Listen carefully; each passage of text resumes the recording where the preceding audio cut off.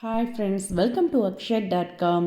இன்றைக்கி இந்த வீடியோவில் அடிக்கிற வெயிலுக்கு சுரக்காய் வச்சு சுட சுட 10 வடை கூட சாப்பிடலாங்க. நல்ல மொறு மொறுன்னு கிறிஸ்பியாக உள்ள சாஃப்டாக ரொம்ப ஒரு டேஸ்டியான அருமையான ஸ்நாக்ஸ் ரெசிபி. இது வரைக்கும் இந்த மாதிரி ஒரு டேஸ்ட்டில் செஞ்சு சாப்பிட்டு இருக்க மாட்டீங்க. வாங்க எப்படி செய்யறதுன்னு பார்க்கலாம். அதுக்கு நான் 300 கிராம் எடையுள்ள சுரக்காய் எடுத்துருக்கேங்க. பிஞ்சு சுரக்காயாக பார்த்து எடுத்துக்கங்க. இதோட மேல் தோலை சீவிட்டு சின்ன துளையுள்ள கிரேட்டரில் துருவின பிறகு அதை அளந்து சேர்த்துக்கங்க. இப்போ துருவின சுரக்காய் ஒரு 2 கப் அளவுக்கு வந்தது. இது மாதிரி அளந்து சேர்த்திங்கன்னா தான் இதே கப்பில் நம்ம அரிசி மாவு சேர்க்கறதுக்கு ஈஸியாக இருக்கும்.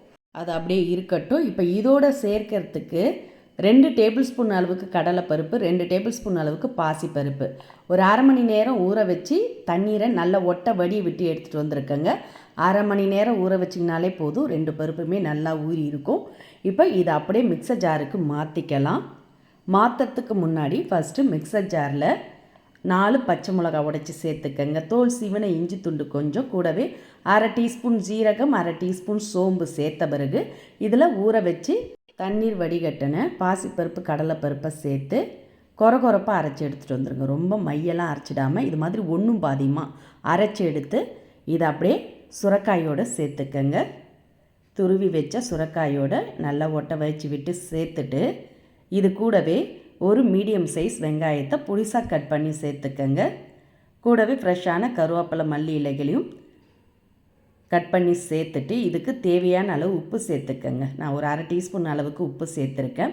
சேர்த்து நல்லா ஃபஸ்ட்டு கலந்துடுங்க.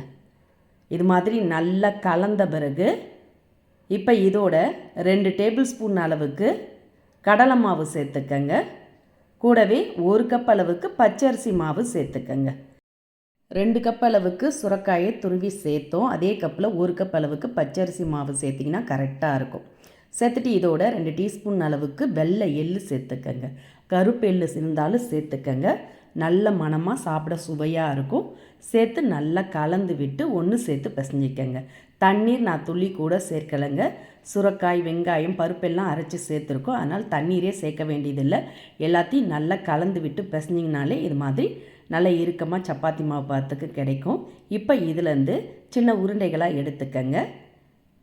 எடுத்து இதை வாழை இருந்ததுன்னா இது மாதிரி வாழையில் கொஞ்சமாக எண்ணெய் தடவிட்டு உருட்டி வச்ச உருளைகளை தட்டி எடுத்துக்கங்க.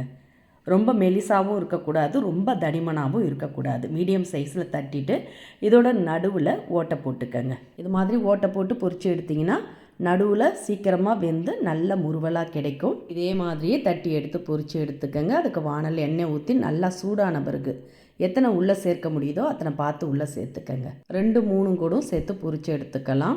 இதே நீங்கள் உங்களுக்கு எண்ணெயில் பொரிக்க விருப்பம் இல்லாட்டி இந்த மாவிலே அப்படியே வாழையில கொஞ்சம் பெருசாக தட்டி எடுத்து தவாவில் போட்டு கூட நீங்கள் சுட்டு எடுத்துக்கலாம்.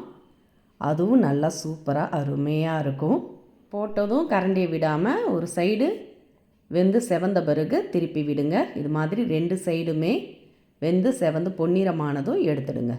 நல்ல மொறு மொறுன்னு கிறிஸ்பியான டேஸ்டியான சுரக்காய் வடை ரெடி. இதே மாதிரி இதே அளவுகளோட கண்டிப்பாக நீங்களும் செஞ்சு கொடுத்து பாருங்கள். குட்டீஸ்லேருந்து பெரியவங்க வரைக்கும் எல்லாருமே விரும்பி கேட்டு வாங்கி சாப்பிடுவாங்க.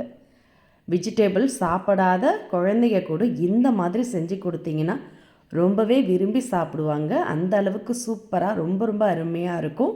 பாருங்கள், எல்லாத்தையுமே இதே மாதிரியே பொரித்து எடுத்துகிட்டு வந்துட்டேன். சுட சுட சாப்பிட ரொம்ப அருமையாக இருந்ததுங்க.